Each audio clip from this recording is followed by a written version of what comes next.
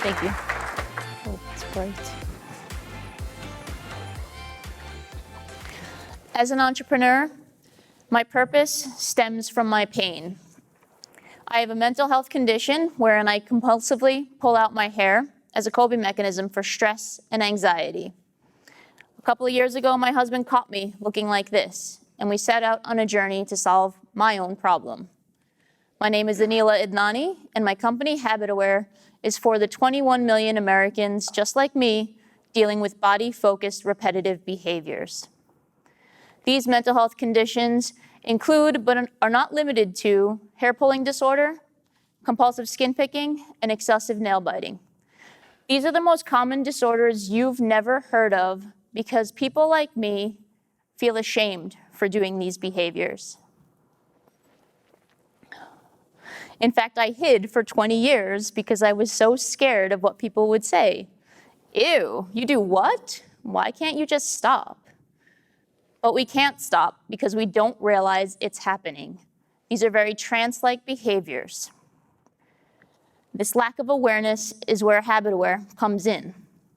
We've developed a smart bracelet that we call Keen that helps people become aware using custom gesture detection technology. We are bringing Keen awareness to our Keen family. The way it works is you connect to our mobile app and you actually train the device for your specific scanning motion, recording that gesture onto the bracelet. When Keen senses a match to that movement calculation, it sends a gentle vibration, shifting it from the subconscious to the conscious mind so that now it's a choice, interrupting that pattern of behavior and allowing you to replace it with healthier coping mechanisms so that over time you're retraining your brain.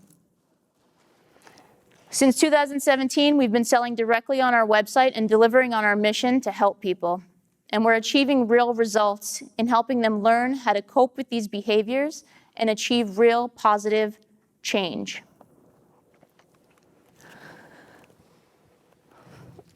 Not a day goes by that we don't hear from someone in our Keen family saying the impact that we're making on their lives. This is a Keen mom who sent in this message, and it hits really home to me as I think of my 12-year-old self, as she shares that her 10-year-old son, who used to run home and isolate himself, embarrassed of the damage he was doing to himself, now comes home and wants to talk about his Keen stats. We are shifting the conversation from shame and blame to understanding, to compassion, to love. And we have champions in the mental health profession. As treatment professionals are recommending our product because we are getting to that all-important step of awareness so that now their patients can actually use the strategies they're learning in therapy. And with the success that we're having, it just inspires us to keep building, keep improving.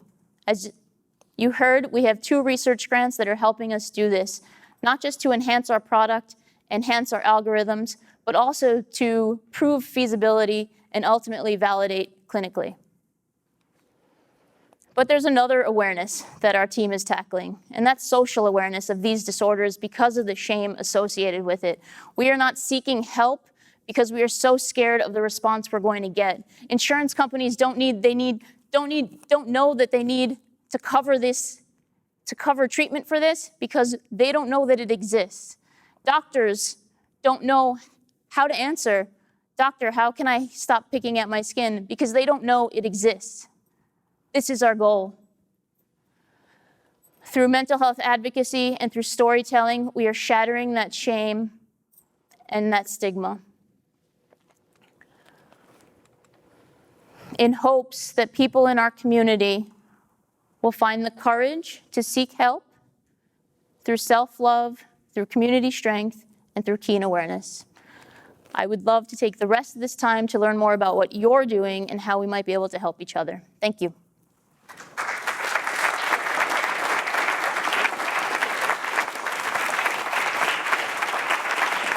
Thank you. You're too kind. All right, does anyone have any, oops, sorry, Allison. I was going to get your chair. Any questions at all for Aneela? So I have one kind of similar to what I asked Peter Chamberlain earlier, but kind of that elevator pitch. Sure. So what was that process like for you to find a way to explain to people what this was and how it helped? Yeah, we have a huge challenge because no one knows what BFRB stands for, in the same way that if I said COPD, you all kind of get it has something to do with breathing and lungs, or if I say diabetes, you all kind of get it has something to do with sugar and blood sugar levels. So for us, it's not 20 seconds, but it is still telling that story and showing the gravity of the problem that you're trying to solve, and and explaining to people why you need to exist in the world. Sure. Okay. Also, in kind of looking into this a little more, information about utilizing things like SBIR grants, NSF, things like that. It's not something that people generally think about, and that was kind of part of why I wanted to mention Mr. Gary Archambault back there, because he helps out with that a lot. Those grants can be big help as far as getting phase 1 money to figure out, get a prototype going. Can you maybe tell us a little more about the timeline that you used and kind of planning all that out and how those funds helped? Yeah, so really our impetus was first this hypothesis of, does knowing where your hands are actually help you change the behavior? So the way we got started was after Samir caught me, he then went online and did research to better understand why I was hiding it, the shame around it. And then one day we're just sitting on the couch and I'm pulling while we're watching TV, and he just gently grabbed my hand. And I turned to him and said, I wish I had something that notified me that wasn't you. So that was kind of that aha moment. And then from there, we said, okay, we're not technologists, we're technophiles. So let's go to Michael's and let's build something physical first and test it out. So I was working in advertising at the time, and I was wearing a Hello Kitty slap bracelet with paperclip to it was Jingle Bells. And then I had another big heavy bracelet on my wrist. And whenever my hand went up, the two would clash and I would know, oh, my hands are here again. So it was kind of like, yeah, this is kind of working. But at the same time, everyone else in my office was like, what is going on? And I'm like, don't worry, just, testing a prototype here. But it was working. So then our next step was a local hackathon in Minneapolis where we're based. And we didn't have the team. But I looked on Twitter. We were looking at a different technology that we thought we could apply. And I saw someone tweet about it. And lo and behold, he was in Hopkins, Minnesota.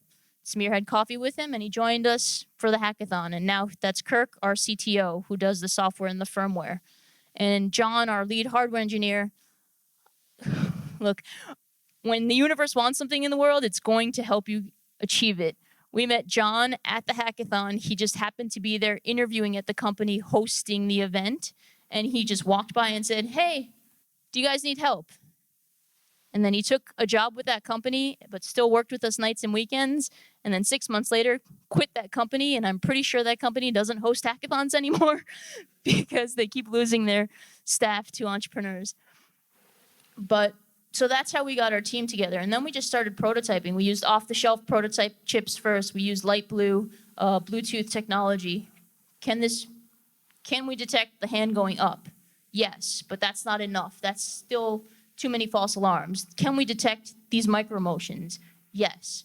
Now, after that, we went to HACS, which is a hardware accelerator program based in Shenzhen, China. Samir, my husband, our CEO, we took our 3-year-old child, we found an English-speaking daycare, and we hacked, and we made, and we learned to market, we met with manufacturers, and we got our prototype to industrial strength, if you will, manufacturing ready. And then we came back, and we did a pre-order campaign. And most people use a pre-order campaign to fund that manufacturing run. We said, no, we just want your credit card number. We are going to charge you when we ship, because that's our promise to you. We're not taking your money now. We're taking your money when we actually send you the product, because we've seen so many Kickstarter failures, and people were kind of just over it at that point. But our community were so hopeful for something because they had never seen anyone even consider a solution for them. So it was a phenomenal response, and I'm going way off on your question. That's perfectly fine. It's your stage. Yeah. Any other questions? Yeah. Yep. Peter has a question back here. Yeah, thanks, Aneela. It's always great to hear from you. What can this 1 million cup style? What can this audience do tangibly to help? Do you need introductions to doctors, potential test users? Like what do you need right now? Yeah, we're in market. We do our own outreach to medical professionals. What we need from you is that compassion. What we need from you is when you're at the hair salon or the nail salon and, to bring this stuff up in conversation with people that are that first line of defense, your doctors, your pediatricians, your psychologists, because not all of the psychologists know what this stuff is or how to treat it. So that's what we need. We need your help in raising awareness of these disorders to shatter that shame. And of course, mentioning us would be helpful too.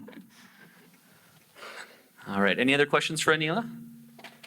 So I have one. Can you kind of tell us maybe what the next 4 to 5 years looks like for HabitAware? Is there a set plan right now? Is that still fluid, or what's that look like?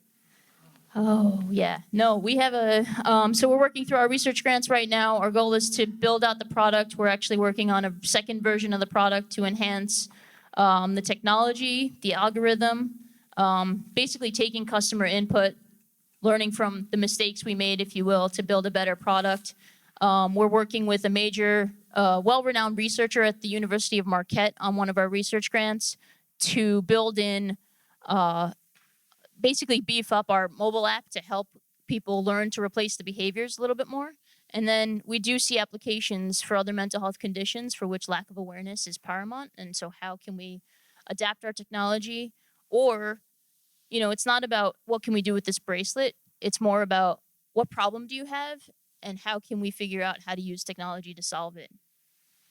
So another thing in kind of looking into the company and kind of really kind of being enamored by it is seeing kind of the support you've been able to get in the Minneapolis area, whether it's through, the Carlson School of Business with Minnesota Cup, other kind of grant opportunities. Can you maybe just tell the crowd who maybe hasn't looked at all the news articles about you like I have recently getting ready for this, about maybe some of those successes and kind of what that's meant and kind of what that ecosystem's like in Minneapolis? Oh, yeah. It's a vibrant ecosystem. There's tons of meetups. Like if you're just starting, thinking about what you want to be doing, there's tons of meetups for whatever technology stack you're looking at or UX design, whatever it is. There's people that are readily available to help you. We've been blessed with, support from the Minnesota Cup, non-dilutive funding around $100,000. That led us to the META challenge, which META is the Metropolitan Economic Development Agency or Association. Should probably learn that acronym. Based in North Minneapolis, they fund minority founders, mostly small business, but now moving into the startup space. So they are investors in us.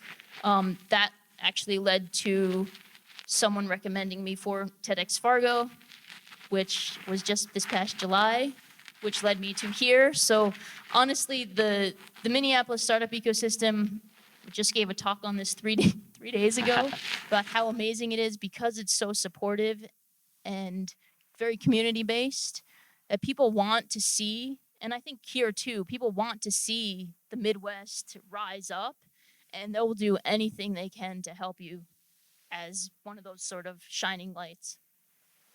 So it's always great. Obviously, when someone starts a company, it talks about often, fixing a problem or finding that major opportunity. And so your story is amazing just in the fact that it's something that affects so many people, but also kind of started with yourself. So thank you so much for your time today. You. We really appreciate it, Aneela. Ladies and gentlemen, Aneela Idnani.